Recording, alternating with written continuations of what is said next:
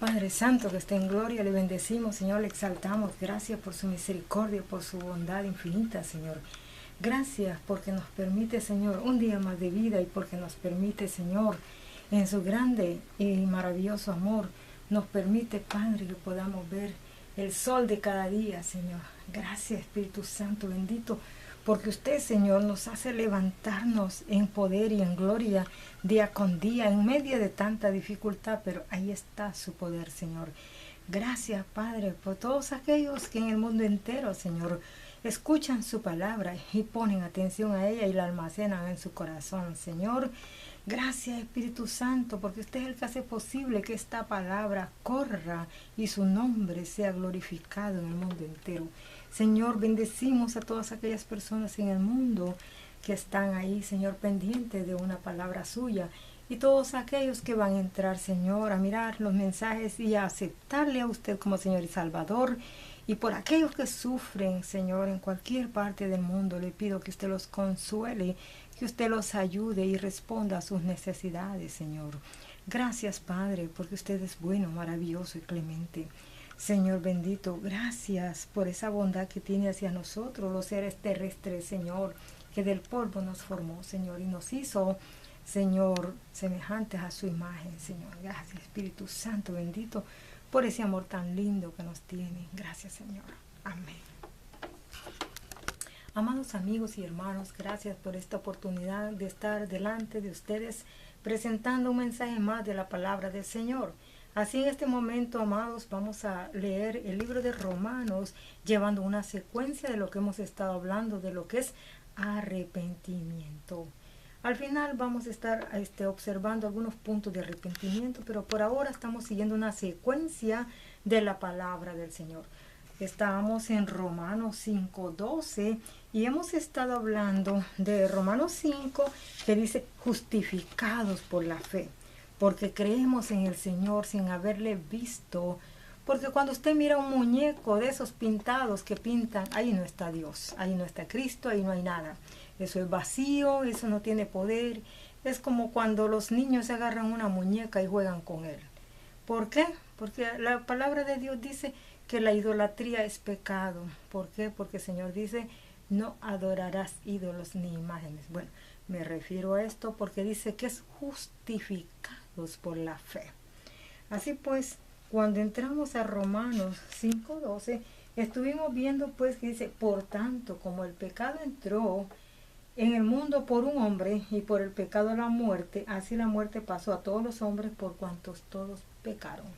Dijimos anteriormente que el pecado entró por Adán y Eva y de ahí ellos nos mancharon a todos con su desobediencia y el diablo nos esclavizó a todos juntos desde nuestros padres antiguos, de donde Dios nos formó de Adán y Eva. Y ahora Dios por eso nos justifica a través de Jesucristo, de lo que Él hizo en la cruz del Calvario. Así pues, vamos a ir avanzando. Dice, no obstante, reinó la muerte desde Adán hasta Moisés, aún en los que no pecaron a la manera de la transgresión de Adán, el cual es figura del que había de venir. Dice el 15, pero el don no fue como la transgresión, porque si por la transgresión de aquel uno murieron, los muchos abundaron mucho más para los muchos la gracia y el don de Dios por la gracia de un hombre, Jesucristo. La gracia es un regalo de Dios que nos ha ofrecido a través del sufrimiento y sacrificio de nuestro Señor. El Padre Celestial nos dio esa gracia por todo ese sufrimiento de nuestro Señor para traernos a la libertad, a la luz y a la salvación en Cristo. Dice, el caso de aquel uno que pecó, porque ciertamente el juicio vino a causa de un solo pecado para condenación, pero el don vino a causa de muchas transgresiones para justificación.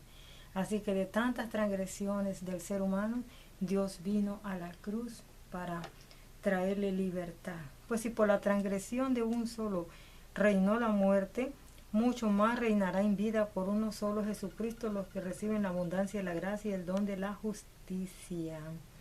Hay un poquito de enredo de palabras aquí, porque el apóstol Pablo, un hombre lleno de sabiduría y de toda ciencia de Dios, es por eso que él él dice una frase y de repente la regresa para atrás y la acomoda de casi de la misma manera. Dice, así como por la transgresión de uno vino la condenación a todos los hombres. La transgresión de quien, de Adán y Eva. Entonces de ese uno vino a todos los hombres la condenación, dice, de la misma manera, por la justicia de uno, que era Jesucristo, vino la justificación de vida. Entonces ahí es donde se mira las palabras como que vienen back and forth, así la palabra como en Estados Unidos, o de adelante para atrás, de atrás para adelante. Porque así como la desobediencia de un hombre, los muchos fueron constituidos pecadores. Así también por la obediencia de uno, los muchos serán constituidos justos, por la obediencia de Jesucristo.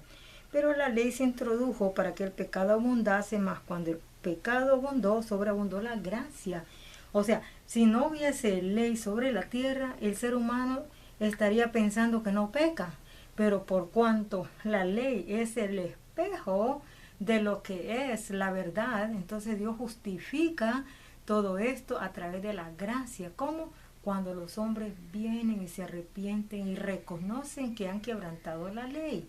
Por eso tenemos ley sobre la tierra, por eso es que todo es en base de ley, porque toda la creación Dios la hizo en base de ley. Entonces, es por eso pues que tenemos jueces, abogados y tenemos doctores de la ley, que son, ¿verdad?, curadores de la ley. Entonces, por eso es que nosotros vivimos en un mundo de leyes. Y si no quisiéramos vivir en ese mundo de leyes, entonces los clanes terrenales también tienen sus propias leyes. Bueno, yo les decía la vez pasada que yo había visto un letrero de lo que son los indios de aquí, que decía que ellos tenían leyes dentro de sus propios tribus. Ahora, mirando yo el reflejo de la ley a través de los clanes indígenas de allá de Guatemala, miré que ellos, cuando una persona roba, ellos lo agarran y lo linchan, le dan como 11 linchazos. Y entonces, como usted puede mirar, pues eso no es bonito ni es agradable que lo linchen, pero ellos reconocen que han fallado y pusieron a un individuo delante de toda la comarca, de toda la comunidad, a pedirle perdón, pero no porque él dijo, me arrepiento y todo esto, no, siempre lo lincharon.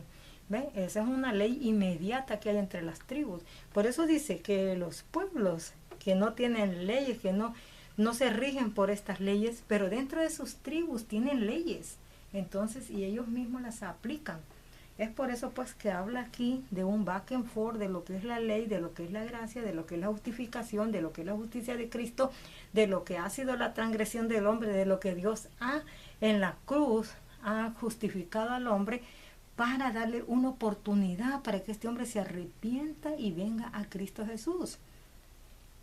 Gentes piensan que porque van al templo, gentes piensan que porque traen una Biblia debajo del brazo, gentes piensan que porque visten de largo o porque hacen ciertas cosas es que van a entrar al cielo. No, la palabra de Dios dice que tenemos que tener los méritos.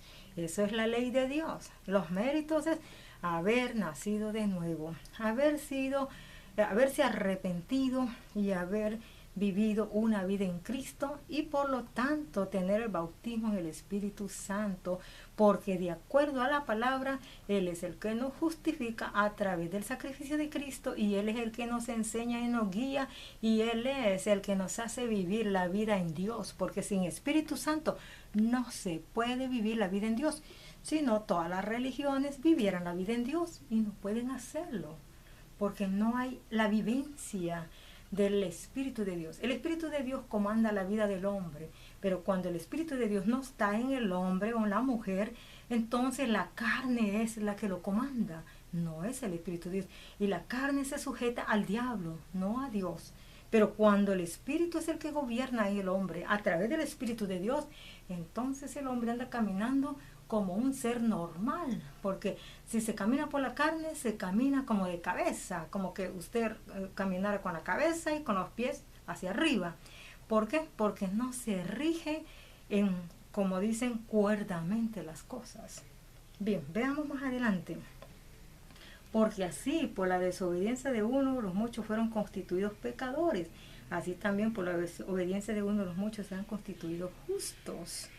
Pero la ley se introdujo para que el pecado abundase, ya lo dije, para que así, como el pecado reinó para muerte, así también la gracia reinó para la justicia, para vida eterna, mediante el Señor Jesucristo. O sea, el pecado reinó para muerte. El pecado hace que la gente muera físicamente y espiritualmente. Pero en la gracia de Dios está ese neutro que sería, Dios le da la oportunidad al hombre a través de ese regalo de que Dios le permite una vía de escape para que reine la justicia. Y en la justicia de Dios es cuando imparte Dios esa salvación y entonces la vida eterna en Cristo Jesús. El hombre fue constituido de acuerdo a la palabra de Dios para no morir jamás. Tenemos un alma eterna. Pero cuando el hombre camina de cabeza y en rebelión contra Dios y contra su propia alma, entonces es cuando la eternidad la va a pasar en el infierno, no con Cristo. Pero es por eso que Él fue a la cruz, es por eso que Él justificó todas nuestras maldades para darnos el regalo de la vida eterna a través del perdón. Y es por eso pues que el alma dice que pecar, esa morirá, pero el alma que vive para Dios, esa vivirá eternamente con Dios, no en la eternidad de un infierno ni de un lago de fuego. Bien, veamos lo que sigue.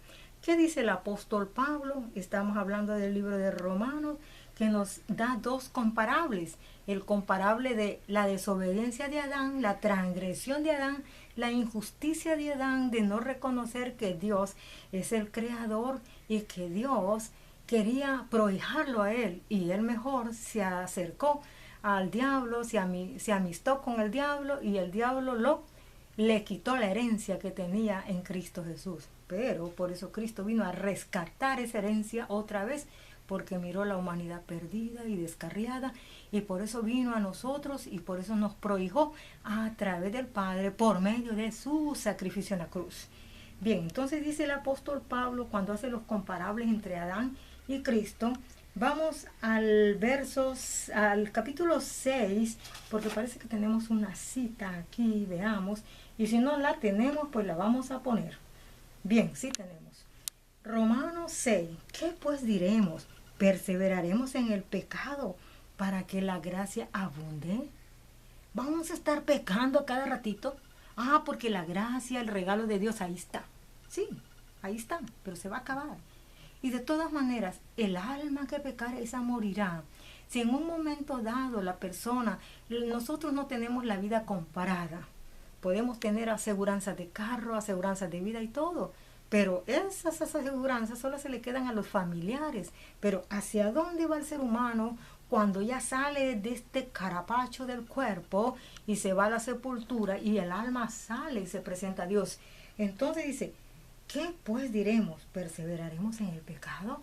Hasta que en el momento que ya llegue la muerte, entonces ya dicen unas personas, ay, que Dios me mande donde Él me va a mandar. No, Dios para eso ya mandó al Señor Jesucristo a la cruz, para que usted tenga un lugar seleccionado desde aquí hacia donde usted quiere ir. Así que desde aquí usted tiene que comprar. Es más, la palabra comprar, discúlpeme, pero aquí queda derrotada. Comprar esa aseguranza de allá de las agencias. No, aquí el regalo es para usted, para mí. Él lo pagó en la cruz del Calvario. Hay hermanos que dicen, ay hermano, hay que pagar el precio de la salvación. ¿Cuál es el precio que usted paga? ¿Cuál es? En el mundo allá estaba perdido. ¿Allá qué precio pagaba? Allá estaba derrotado. Allá iba para el infierno. Y allá usted estaba todo enfermo, estaba todo podrido de pecado. Sin embargo, cuando Cristo vino a la cruz, lo limpió, lo cambió, y todavía dice, ay, caminar en Cristo, ay, no, qué duro es este camino. ¿Qué no era más duro vivir allá todo desolado, todo fastidiado del pecado y todo acabado? No, no era peor eso. En Cristo Jesús hay libertad, en Cristo Jesús usted ya no es esclavo del pecado ni del diablo. Y entonces, ¿qué sucede pues? Esa gracia es abundante. disfrútela, agradézcale al Señor lo que Él hizo, porque lo que Él pagó en la cruz no es comparable con lo que usted hace en la tierra por Jesús. ¿Qué hace usted por Jesús? ¿Hace algo? ¿No hace nada? Entonces, ¿qué puede reclamar, pues? Si aún ya Él lo hizo todo y todavía se queja, ¿qué le está pasando, pues? Dice, en ninguna manera, porque los que hemos muerto al pecado, ¿cómo viviremos aún en él? Solo el puerco que lo bañan y lo limpian, el puerco va otra vez al lodo, porque él es puerco, pero un ser humano, al creado a la imagen de Dios. ¿Cómo es que después de que Cristo lo limpia, lo cambia, lo restaura, lo levanta, lo trae del lodo podrido y luego todavía vuelve al vómito otra vez, vuelve al pecado? Y no que de allá estaba llorando, y no que de allá quería salir, y no que no tenía consuelo, y no que no había quien le tendiera la mano de aquel lado, pero vino alguien.